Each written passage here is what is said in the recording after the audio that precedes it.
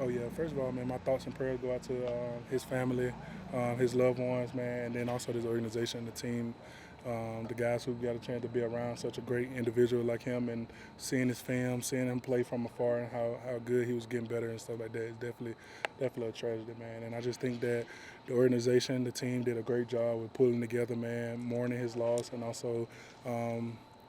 Remembering him as a good person, as a person that did everything right on the field and off the field, and just keep living in his name and doing the things that he would want everybody to do, and that's win football games and dominate. Because watching film, that's what he did. So yeah, it definitely was a tragedy. So. I know there's been a lot of stories shared about Marshawn. Obviously, you being new here, what did you learn about him in kind of the time since you got here? People's stories. Yeah, I heard a lot of stories, man. And number one was he was a workaholic, man. He worked his butt off. You can see on the play the play he had scored a touchdown. A defensive end moving that fast, man, to get to the punt, to get to the ball, to not only scoop the ball but scoop the ball and score, man. That's all from work, man. And the person that he was, the smile he always had on his face, the things that he did on the field and off the field, as a teammate, as a person, as a brother, as a loved one, it was super dope to hear from the stories from the guys and things like that. So. Quinnen, from both the coaching staff and just the locker room standpoint, as everybody kind of moves forward with heavy hearts, what can you say about just the passion you're seeing within the locker room as far as going out there on Monday and every game after and playing for Marshawn? I truly just think the togetherness, man, through this hardship, through this tragedy, has brought everybody together, has really showed everybody the love how we have to stick together, the love we have to show to one another, and to also play for one another, also check up on one another, also really have each and everybody in this organization inside our why and why we go out here on this field, why we be the person that we is, man. I think that tragedy has definitely brought this organization together and this team together. So. How has it allowed you to get closer with your teammates and have them open up to you and maybe even you to them as well? It was unbelievable, man. I always had to take a step back in my career, especially through this tragedy, to always think to myself, winning is everything to me, and I can sometimes get so deep inside myself, deep inside my game, and deep inside winning that I forget to build relationships with my teammates and build relationships with my coaching staff like this. And going through this tragedy with the guys in the organization, with the guys in the locker room, has also kind of made me grow as a human being, as a person too. You're going to win Super Bowls, you're going to win playoff games with the guys that you love next to you.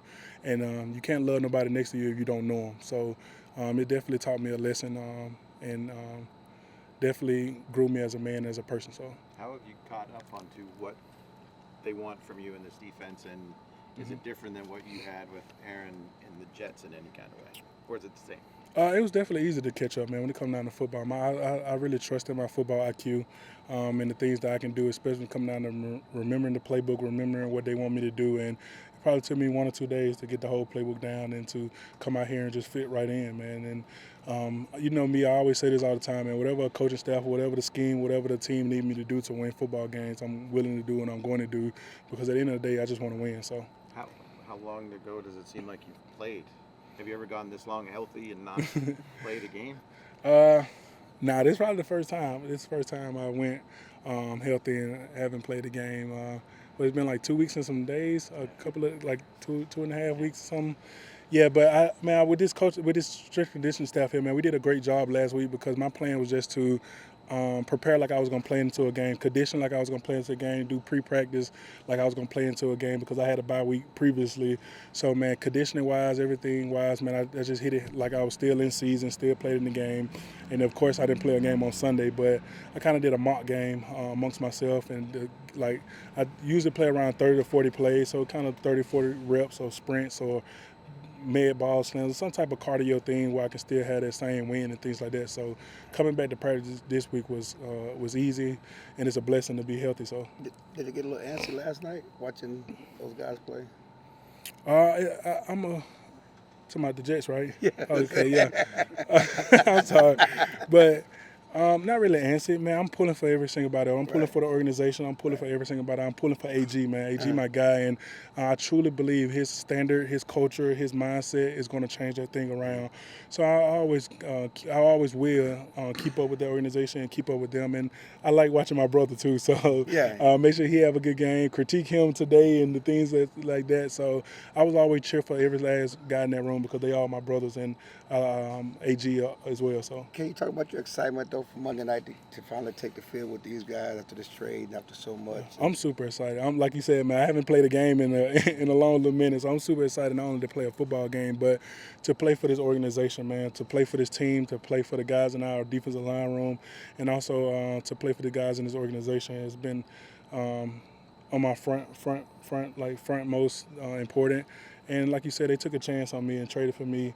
And did the things that they feel like I can come in to contribute and help this organization go in the right direction. And that's all I plan to do. So. One of the things you pointed out when you first got here was, how excited you are to play on the same defensive line as guys like Kenny Clark and Osa.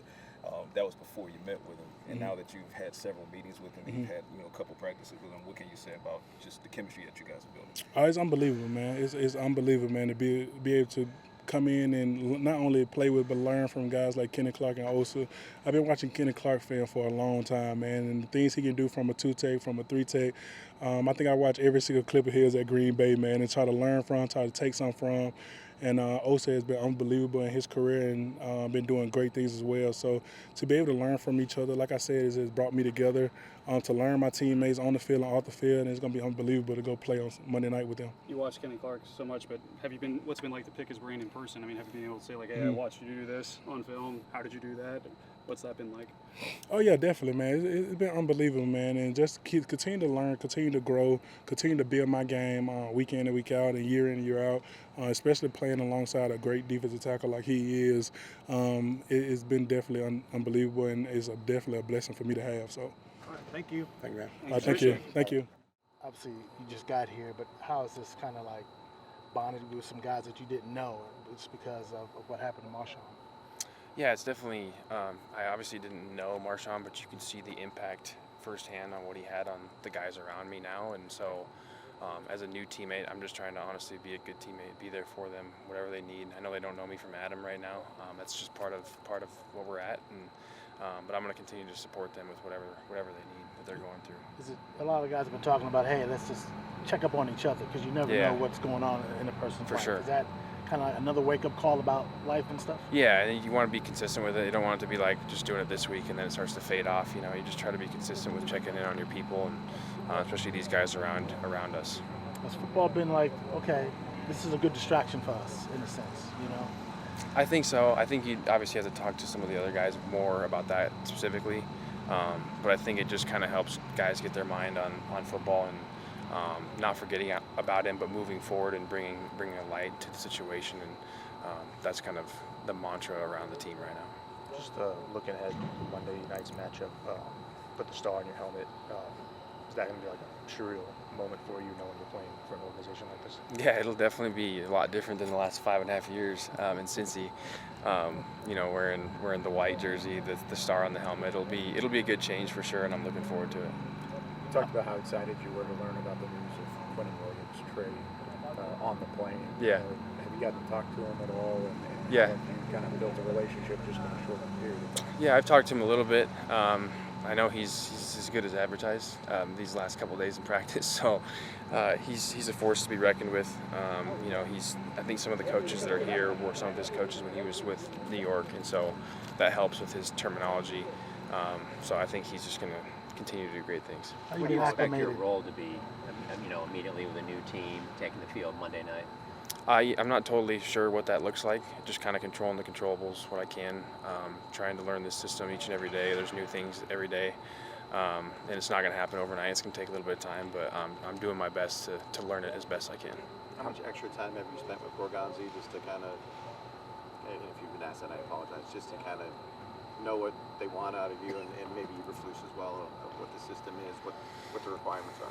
Yeah, I don't have an exact time, but I've definitely put in some extra hours leading up to this week of practice, trying to figure out, what they were trying to finalize the game plan and whatnot as it got closer. But the gist of what we were running, I was trying to make sure I was good on that and spend extra time with Gonzo. I was staying over at the Omni, so it wasn't too far. So I didn't have an excuse to, I needed to come in and learn the system as best I can. How long are you going to stay there? I'm not there anymore. Oh, okay. Yeah, gone. Like you get traded, and then obviously how's the last couple of days been for you? Just a new team, city. I don't know if you brought your family in yet. And I did, yeah, which is important to me. I don't like to be away from my wife and my daughter. She's at a really fun age right now. You don't want to miss those little times, and so being able to go home to them is always good. I think you're constantly adapting at this point. Like you're figuring out the system, you're figuring out new team, new teammates, new coaches, training style, like all the different things, the dynamics that go into all that. And so I'm honestly just trying to control it one day at a time. Then you kind of try to stay close to Frisco, because Cincinnati is a lot smaller than Dallas. So yeah, you've been able to venture out because you were on a a little bit towards like the Prosper area, just to see potential spots to live and whatnot. But we'll see. We'll see where that takes us. Thanks, Logan. Thank you. All right, Thanks, guys. So we'll start with the obvious first and foremost. Let's talk about the challenge of moving forward with a heavy heart due to the loss of Marshawn, but then balancing that with the excitement of making your debut. Yeah, it was pretty hard on me, especially talking to him every day during football camp back in California, and he want best for you. You know what I mean? He don't want you to sit down and mope around and everything. So, I looked at it as, okay, what he want me to do. Taking this step forward. Do he want me to sit around and mope around all day? So I just took it in like that. And I have people that I lost my own. You know what I mean? And I wouldn't say it did too much, because I'm already, I challenged myself. I'm very self-motivated. So just pushing myself to the limit. You know what I mean? How excited are you to get out there? Oh, man, I'm very excited. Not playing football for a whole year. You know what I mean? I'm very excited. I just got to focus on my details. A little rusty, but at the end of the day, I know what I got to do. I know I got to put that work in. I know I got to take it step by step every day. How limited are you physically? I'm not sure. I'm like I said, I'll take it step by step every day, and I don't want to put that in my head. I just got to come out here and do what I do and do it my best. Being on the field these last 3 weeks and now being able to finally go play on Monday night, and just kind of your emotions around that. It's definitely kind of nerve-wracking, but once I touch that field, like leading into it, it's kind of nerve-wracking. But once I touch that field, I know what I can do, and I feel like everybody know what they can do, but I know my body, so I know I can go out there and play the game and be confident in it. How much have you coming? Oh yeah, my dad, my mom said it's too much walking, so I don't know. I don't know nothing about that. I ain't been before. How much have you bonded with Marion, because he's been going through his own rehab as well, and you guys have kind of bonded and get back on the field together? Great dude, and just looking at how he work make you want to work even harder. So like, I'll take any day and work out with him anytime. I can do some linebacker drills, but I bet you can't get out his break faster than me. Huh? But yeah, definitely, man, he's definitely a good dude. Someone to look up to, and y'all seen his past.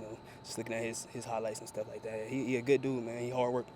Do you think you'll have to remind yourself to let the game come to you? Say that one more time. Do you think you'll have to remind yourself to let the game come to you, not play too fast and get too excited? I can't get too excited. Like I said, take it one at a time. You don't want to overthink anything. You know what I mean? Because I know myself, and I know I can go out there and do what I can do. You know what I mean? And do it at my best, 110%. It's obviously been over a year, but that included a lot of days that led up to stacked on top of each other. What motivated you every single day? What was your motivation, your mindset? I don't know.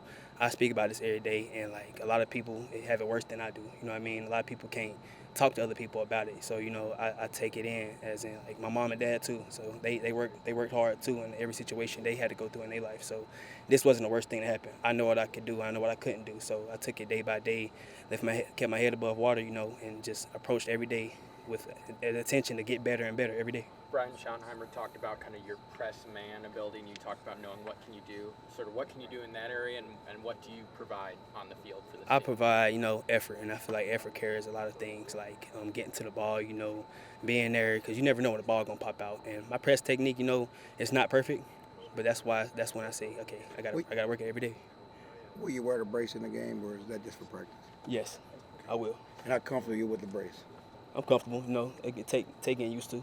You ain't used to something on your leg all the time for 3 hours, so I feel pretty confident going into the game with it. You mentioned when longer than you thought? Say that one more Did time. this whole thing take longer than you thought? I ain't really think into it that much for it. You know what I mean? I played today, not tomorrow. You know what I mean? Because I can't control what happens the next day. So like I said, I took that day, worked my hardest, busted my butt, and just kept going. You know what I mean? Shadow was talking about the value of you being on the scout team and going up against CD and George. What have you learned from going up against them in practice? Hey, it's real. It's real, especially George Pickens, man. Slippery, slithery, like, you know how he get. Y'all know him.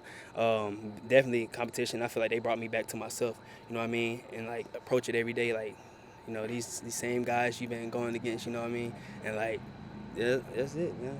I can't say too much about it because, like, every day I feel like I'm getting better. And every day I feel like I go out there in front of them guys, I'm making them better too as well. So. They're two different type of receivers. You talk about Two different.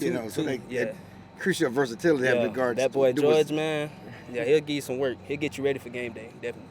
I mean, obviously, in this league, every cornerback is going up against an NFL wide receiver in practice, but there are levels to this. So when you talk about CD and George, just talk about how that'll help you going forward as far as going against opposition that's not always going to be as good as CD and George. Yeah, it's not. See, going against them, it's gonna make me better every single day. I mean, who can get better than them guys, in my opinion? You know what I mean? Because we got two of the top two receivers, in my opinion, in the league, especially George Pickens. You know what I mean? I step in front of them and I'm like, you know, let's get this work. You know, I talk to them every day.